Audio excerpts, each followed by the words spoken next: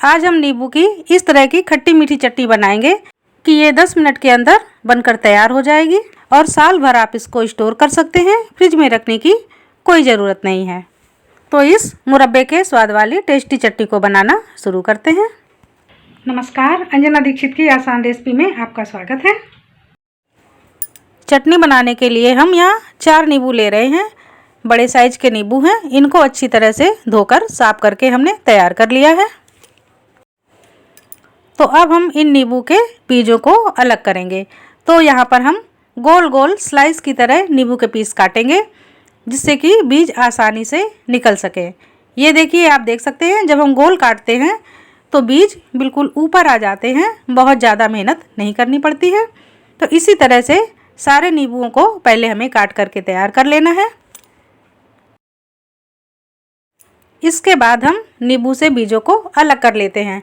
तो अब आप देख सकते हैं बड़ी आसानी से बीज अलग हो रहे हैं। बिल्कुल भी मेहनत नहीं पड़ रही है। तो इसी तरह से हम आराम से सारे बीज को अलग कर दें। और अब मैं ले रही हूँ एक छोटा वाला मिक्सर का जार। ये चटनी वाला जार है। 4 ही नींबू हैं, आराम से इसमें पिस जाएंगे। तो इसमें हम नींबुओं के बारीक बारीक टुकड़े कर लेते हैं और अब हमें इसको पीसना है। तो पहले तो हम नींबू के टुकड़े डाल देते हैं। इसके बाद जो ये नींबू का रस बच गया है इसको हम छन्नी के ऊपर से निकाल लेते हैं।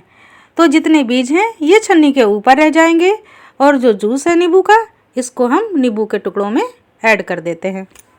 ढक्कन को करते हैं कवर। अब हम नींबू का पेस्ट बनाना है। तो बहुत ज़्यादा बारीक पेस्ट हम नहीं बना रहे हैं, थोड़ा सा दानेदार पेस्ट है। ये इसी तरह का बहुत अच्छा लगता है।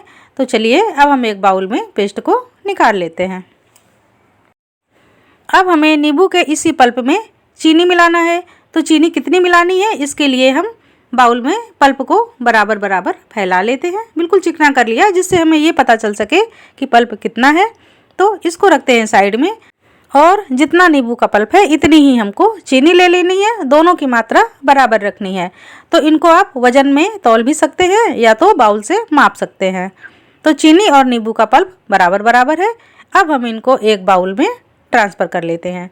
तो ये सॉस पैन है, इसमें हम दोनों को डाल देते हैं। चीनी दानेदार है तो इसको घुलने में थोड़ा सा वक्त लगेगा। अच्छी तरह से हम मिक्स कर देते हैं और इसको हमें कवर करके 10 मिनट के लिए छोड़ देना है जिससे कि चीनी अच्छा पानी छोड़ सके। फ्रेंड, अगर आपको मेरी रेसिपी आसान लगे तो मुझे कमेंट बॉक्स में ज़रूर लिखकर बताइए और अगर आप नए हैं तो मेरे चैनल को सब्सक्राइब भी कर लीजिए।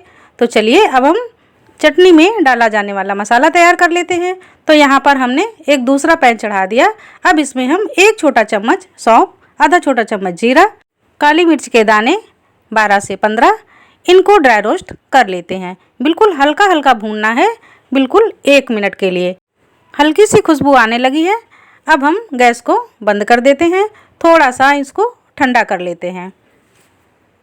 3-4 मिनट हो गए हैं। अब मसाले ठंडे भी हो गए हैं तो हम इनको एक खलबट्टे में डाल करके कूट लेंगे।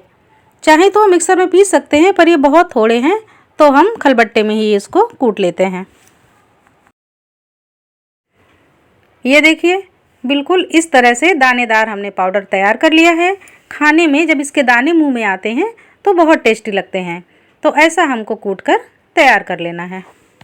तो अब हम इस रोस्टेड मसाले में थोड़े से सूखे मसाले मसालदान वाले मिलाते हैं।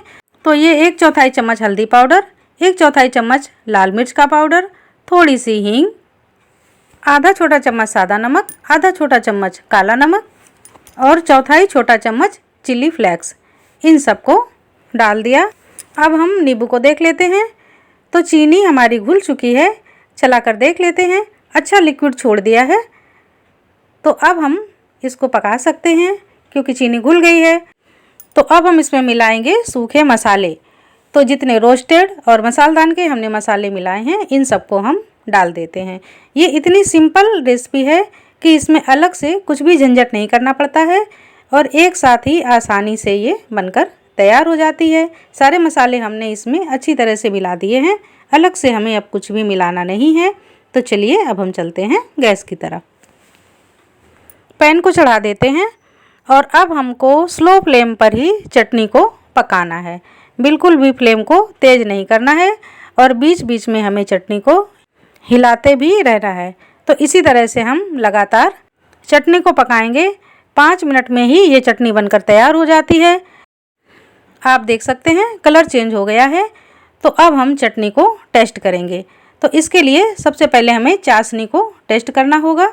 ऐसे तो पता चल ही रहा है कि ये पक गई है क्योंकि गाढ़ी भी हो गई है, लेकिन हम उंगली से चाशनी को चेक कर लेते हैं।